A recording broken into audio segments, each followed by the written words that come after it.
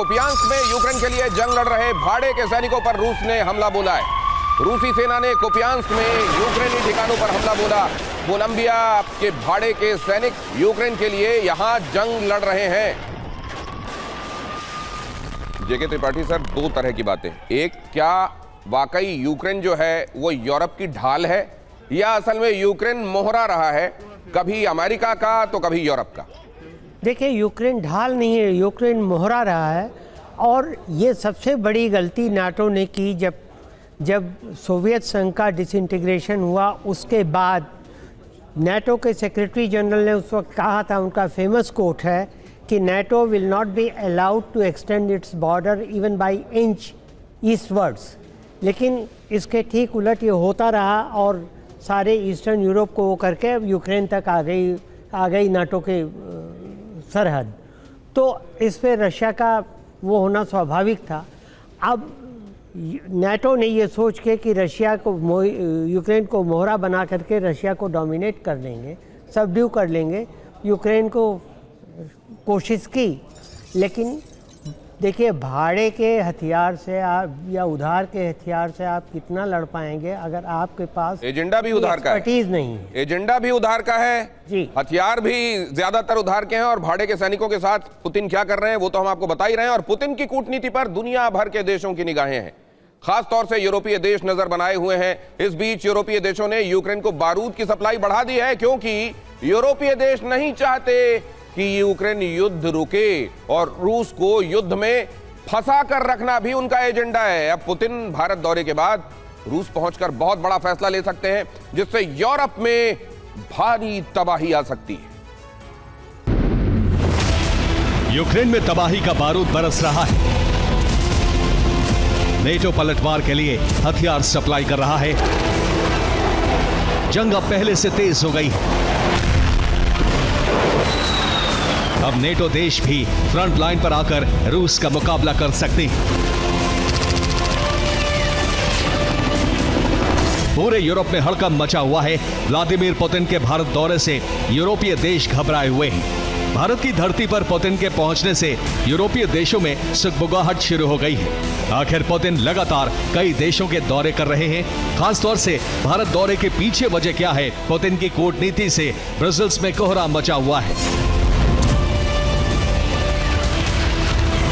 इस बीच अमेरिका को छोड़कर बाकी नेटो देशों ने एक सीक्रेट मीटिंग की है, जिसमें यूक्रेन को ज्यादा से ज्यादा बारूद देने पर सहमति बनी है। यानी नेटो का इरादा साफ है कि वो यूक्रेन को युद्ध में बनाए रखना चाहता है। हालांकि नेटो साथ में यह भी कह रहा है कि वो शांति चाहता है। अब ये कौन समझाए कि हथियारों की सप्लाई से शांति का रास्ता कैसे तैयार होगा? मार्क रूटे भले ही युद्ध विराम की कोशिश का जिक्र कर रहे हों, लेकिन नेटो का इरादा साफ है। वो रूस को लंबे वक्त तक यूक्रेन से युद्ध में उलझा कर रखना चाहता है।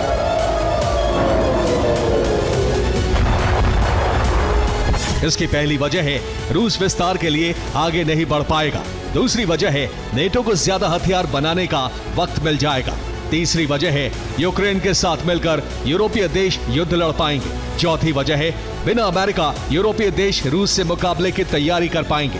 पांचवी वजह है यूरोपीय देश लॉन्ग रेंज मिसाइलों का परीक्षण कर पाएंगे, क्योंकि नेटो को भी समझ आ चुका है कि यूरोप में शांति प्रस्ताव विफल होने वाला है। क्योंकि संधि की तमाम कोशिशें विटकॉफ और पुतिन की मीटिंग के बाद करीब करीब खत्म होती दिख रही है। इस बीच नेटो के आक्रामक तेवर सामने आए हैं। यानी वो युद्ध के लिए तैयार है, क्योंकि अमेरिका ने यूक्रेन से हाथ खींचने का ऐलान कर दिया है। पेंटागन की तरफ से कहा गया है यूक्रेन को लंबी दूरी के हथियार देने पर अमेरिका अभी और विचार करना चाहता है। हालांकि अमेरिकी हथियारों को किसी भी नेटो देश से खरीदने का विकल्प यूक्रेन के पास खुला है। इसका सीधा अर्थ है कि यूक्रेन से कोई डिफेंस डील अमेरिका नहीं करेगा। हाँ, किसी भी नेटो देश को हथियार बेचकर उसे यूक्रेन भेजा जा सकता है। कुल मिलाकर अमेरिका हथियारों की सौदेबाजी कर रहा है। इस तरीके से वो पुतिन को नाराज करने से भी बच जाएगा और यूक्रेन तक हथियार भी पहुंच सकते हैं। लेकिन अमेरिका ने यह तस्वीर साफ नहीं की है कि वो नेटो की सैन्य सहायता करता रहेगा या फिर नेटो से भी हाथ खींच लेगा।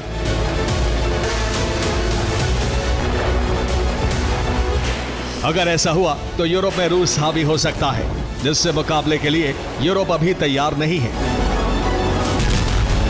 कई देशों की निर्भरता नेटो पर है, इसलिए लंबे वक्त से हथियार भी नहीं बनाए गए हैं।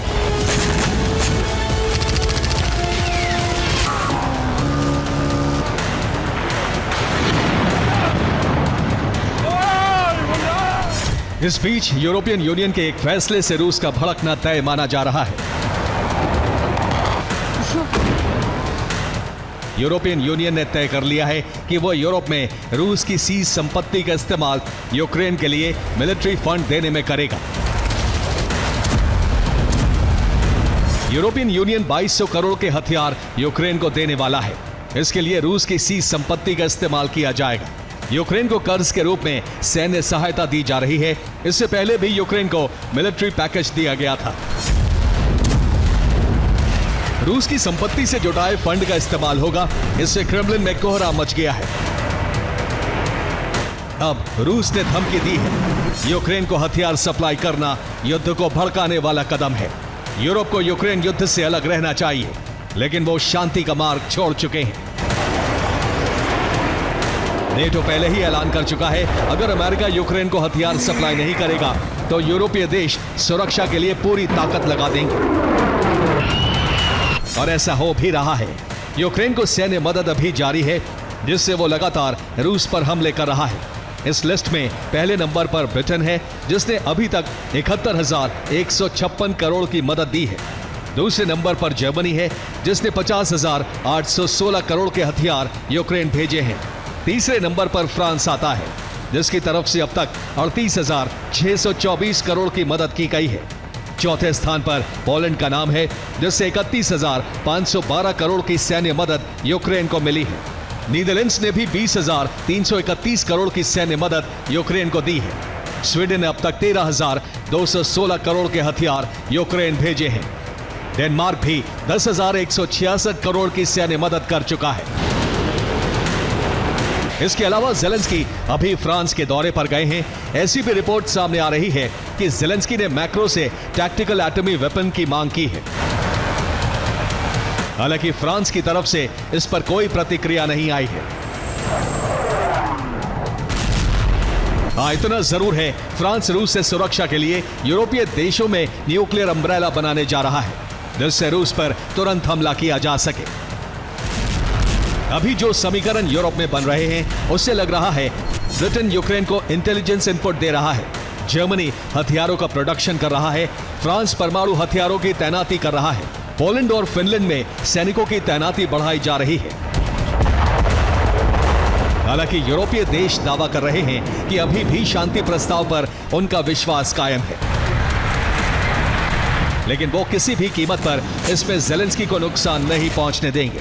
जबकि ट्रंप के प्रस्ताव पर अब अगला फैसला तभी हो सकता है जब ट्रंप और पुतिन की बात हो। ऐसा कहा जा रहा है, भारत दौरे से लौटने के बाद पुतिन ट्रंप से फोन पर बात कर सकते हैं। लेकिन तब तक यूरोपीय देशों की बेचैनी बढ़ सकती है, क्योंकि पुतिन का अगला कदम क्या होगा, इसकी जानकारी किसी को नहीं है। अभी तो सबकी निगाहें पुतिन के भारत दौरे पर हैं। Bureau report, TV9 Bharatvarsh. Putin का भारत दौरा शांति के लिए सकारात्मक हो, यह पूरी दुनिया चाह रही है। चाहने और होने में, करने में फर्क होता है। प्रोवोक करने में कोई कसर रशिया को छोड़ी नहीं जा रही है। यूरोपीय देश लगातार यूक्रेन को मदद दे रहे हैं और वो चाहते हैं कि ये आग अभी ठंडी नहीं होनी चाहिए। ऐसे में कार्तिकेय काले सर, कितने दिनों तक यूरोप मिलकर यूक्रेन से ये लड़ाई लड़वाता रहेगा, और क्या आपको लगता है किसी एक मोमेंट में यूरोप खुद भी इन्वॉल्व हो जाएगा? देखिए, क्वांटिटेटिव एनालिसिस तो बहुत ही डिफिकल्ट है ये कहना कि कब तक हो सकता है, क्योंकि लड़ाई विल पावर पे भी बहुत चलती है और हो सकता है लोग अपना देश पूरा जला दें इस लड़ाई को कंटिन्यू करने के लिए, कुछ यूरोपीय देश। परंतु प्रैक्टिकली अगर देखा जाए तो इस समय जो मेजर पावर्स हैं, दैट इज फ्रांस, जर्मनी और यूके, तीनों की इकोनॉमिक हालत अच्छी नहीं है। जर्मनी ऑलरेडी रिसेशन में जाने वाला है और फ्रांस और यूके तो रिसेशन में चल ही रहे हैं, तभी आईएमएफ के पास लोन के लिए अप्लाई कर रहे हैं। तो देयर इज़ अ प्रॉब्लम। उसके ऊपर से अभी खबर ये भी है कि जो ईस्टर्न ब्लॉक के जो छोटे यूरोपियन नेशंस हैं वो इस वॉर को एक्सटेंड करने के और यूक्रेन को फाइनेंस करने के फेवर में नहीं है। सिमिलरली जो नॉर्दर्न स्कैंडिनेवियन नेशंस हैं वो मोरली तो साथ में हैं, परंतु उनका जो मॉनेटरी और फाइनेंशियल कंट्रीब्यूशन है वो बहुत ही लिमिटेड है और वो और मना भी कर रहे हैं। तो there is a problem. I don't think, ये मुझे नहीं लगता कि ये लड़ाई बहुत ज़्यादा देर चलेगी, because financially almost 90% support United states से आ रहा था, जो अब प्रेसिडेंट ट्रंप के अनाउंसमेंट के बाद रुक सकता है, रुक गया होगा मेरे विचार से। तो अब आगे बहुत कम समय बचा है इनको युद्ध खत्म करने के लिए। हैदराबाद हाउस में क्या चल रहा है? बिजनेस डील्स क्या क्या साइन हुई आज, और जॉइंट स्टेटमेंट में और क्या देखने को मिल सकता है? कुछ देर पहले यह कहा गया कि शांति में ही दुनिया का कल्याण है, लेकिन शांति वाली पहल भी सिर्फ एक तरफ से नहीं होती, शांति वाली ताली भी दोनों हाथों से बजती है। क्या यूरोप और यूक्रेन शांति के लिए पहलकदमी को आसान बना रहे हैं या इसको मुश्किल बना रहे हैं? पुतिन के दौरे पर दुनिया भर की निगाहें लगी हुई हैं।